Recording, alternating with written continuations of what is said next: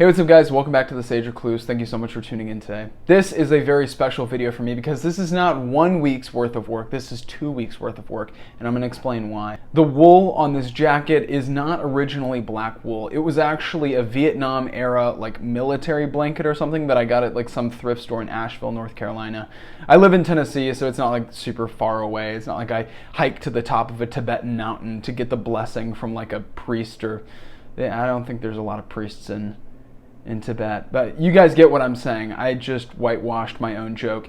Anyways, on the subject of stepping on my own toes, about 6 years ago, I bought this pair of duck camo overalls that I never ended up wearing and somehow found them a few weeks ago when I was cleaning out my closet for the spring. They didn't fit me at this point, and I'm not going to show you the footage of me trying them on because truly it is a sight to beholden and it would probably leave many of you with permanent nerve and brain damage. But anyways, I am going to plaster up like a stock image or something just so you get the gist. After strenuously Googling this item to see if I could sell it for money on eBay, I decided to be a better person than that and upcycle it as the liner for this jacket. I don't know what on God's gray earth possessed me to use a camo liner on a black wool jacket, but that's honestly how I make the best decisions without thought. That's basically the process. After this point in the intro, my neighbor's lawnmower was on full volume and I went on a 5-minute tangent about welt pockets, so I'm just going to skip that for both of our sake.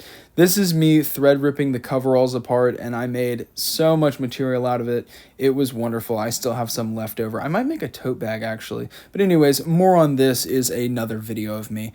Hey, what's up guys? It's the morning of day 2 working on this jacket and I've run into a bit of an issue. I didn't get as much done as I wanted to yesterday. I was feeling really sluggish. I had a really big day. So right now we're just going to be taking it piece by piece and I'm looking at the liner right now and I'm seeing a slight issue. Do you see it? This entire area is still exposed from when I seam ripped the original pieces off. So what I'm going to do is I'm going to take a piece of this sort of bread cloth. I'm going to be making a big old stripe that goes up the top just to cover it up. The brown on the duck canvas is pretty congruent with the brown of the bread cloth, so it's not going to be that big of a deal. So this is the, oh wait, got a lint roll. There we go. Yeah, so I have to use a lint roll on this wool a ton during this project. Here's the dyes that I used, and they turned out amazing. Just check out this contrast. But absolutely took beautifully. I will say I have to use the lint roller a million times throughout this process, so if they look a little dusty, I'm sorry. I personally apologize. Here are all the layers as they just wrap up drying. This part, I'm just attaching the liner to the wool. And this process was pretty easy, nothing I haven't done a few times before. And then this was the pattern for the pockets. This was like one of the last steps. As you can see, I chopped out all the areas. This is where I lined up the different layers for the zipper to go in. Obviously, I'm going to have to fold and sew that over. But yeah, this is after the arms and the body and the pockets were attached. I think the pockets were attached by this point. Yeah, they were. There we go. Anyways, all the easy stuff is sort of out of the way. Now I'm just going to be perfecting. As you can see, oops, got to deal with that. Got to open up or close that up.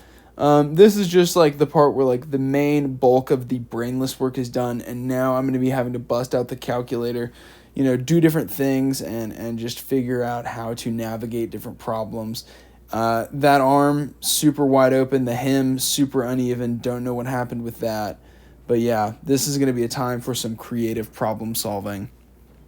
The gravy train is coming to an end. This is the last easy and fun part of the project. The rest of it will have to be with arrow precision in order to make it all look right. This is the collar, of course, and I'd actually never used this pattern before for a collar, but honestly, I was deriving this pattern based off of patterns from the past, so I knew just empirically, I knew that it would empirically work, you know, if not almost work, and it wouldn't be a far editing process to get it right where it needed to go. Anyways, this is me adding the zipper, and it didn't go well, guys. I'm gonna be honest with you. Look at that. Look at that freaking carotid jugular vein of a freaking ridge between the zippers. I didn't do a good job, straight up, and I was able to seam rip it out. More on this is Charlie.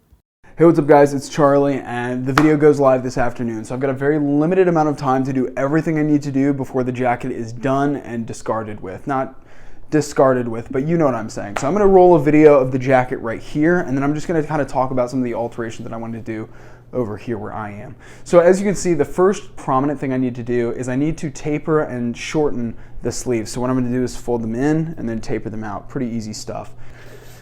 The next thing I need to do is, I'm going to be honest with you guys, I completely messed up on the zipper, so I'm going to have to thread rip that entire thing out and then just start from scratch. I don't know what I'm going to do alternatively to what I did, but I just know that I need to do something differently because it's not looking like how I want it to look. All right, and that's it. So it's crunch time. Let's get to it.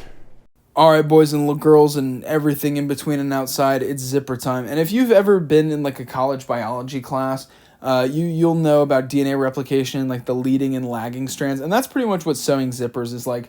You know, one of the sides goes really fast, and then the other side takes like 5 minutes of just like doing and taking up and doing and taking up. So anyways, here it is in all of its glory. I'm so happy with this turned out, guys. As you can see, the sleeves are actually, they fit, they're tapered ever so slightly. The zipper is on right, and it looks so clean and so smooth. I hit it with the lint roller like 8 times before I filmed this.